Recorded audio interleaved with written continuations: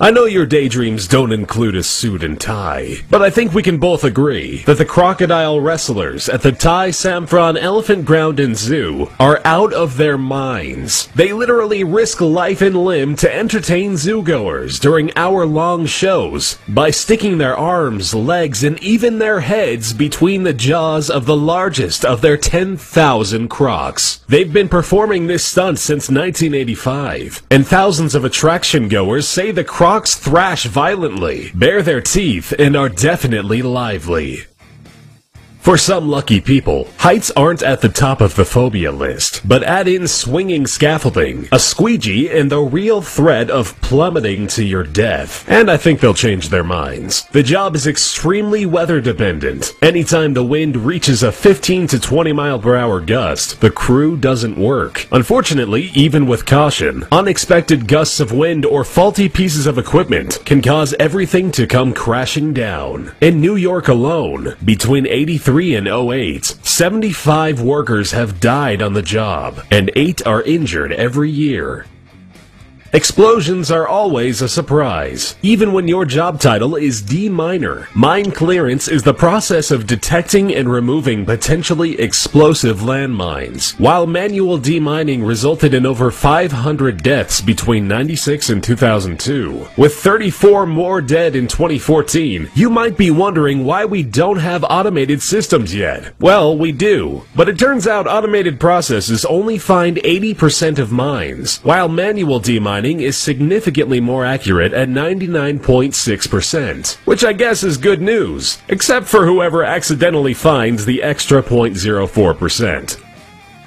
Everybody tells you it's smart to specialize when it comes to a career, but have helicopter linemen gone too far? The first time you see these guys hovering over a power line, you may think it's fake, but I assure you that these highly specialized electricians know what they're doing. As incredible as it seems, helicopter linemen work on live high-voltage transmission lines, bare-handed, but this is only possible if they remain isolated from the ground, which is why they dangle from an in-flight helicopter and allow over 500,000 volts of electricity to pass through their bodies before even beginning their job. What a way to start the day.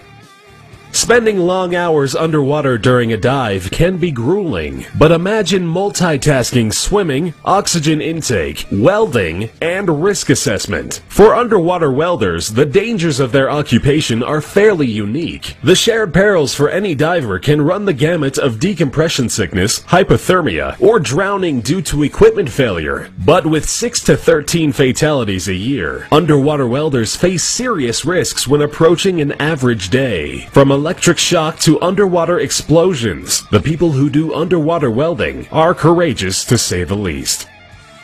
Exhaustion hits the best of us, but try being a logger. With big trees to chop down, sharp saws to pay attention to, and hard manual hours, being a lumberjack isn't all the bearded fantasy we crack it up to be. For one, it's dangerous, and by that I mean it's considered 9 times more dangerous than being a police officer, and consistently steals first place for highest mortality rate, racking up more than 129 logger deaths per 100,000 workers employed annually. This is due to the wily nature of an improperly felled tree. Crazy in love with gravity, the pair can go crashing down slopes and roll over anyone in their path. A stubborn cow can take out a helicopter. Sounds ridiculous, doesn't it? For Australian outback cattle musterers, it's a real concern, a real job hazard. Due to technology creating an easier path for the future, licensed helicopter pilots herd outback cattle. While this may sound frivolous, it provides a versatility and type of control that the usual dozens of horsemen can't accomplish. The drawback is that outback helicopter pilots have to fly close to the ground and be extremely mindful of their surroundings. The sincere risk of hitting a cow, tree, or the ground could send you crashing down with a whirring blade above your head.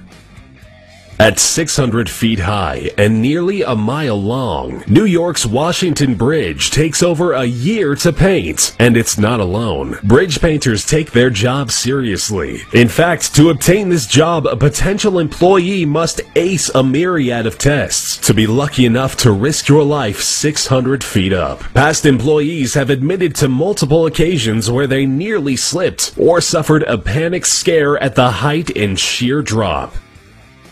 Skydiving is pretty adventurous, right? Okay, now add fire. Smoke jumpers are the insane firefighters people don't even know about. Brave like all firefighters, they parachute into the hot zones of fires with remote access to subdue dangerous flames before they spread. Despite the seemingly dangerous nature of the job, fatalities rarely occur, not because of a faulty jump, but instead during the dangerous fight against the flickering flames, while waiting for backup.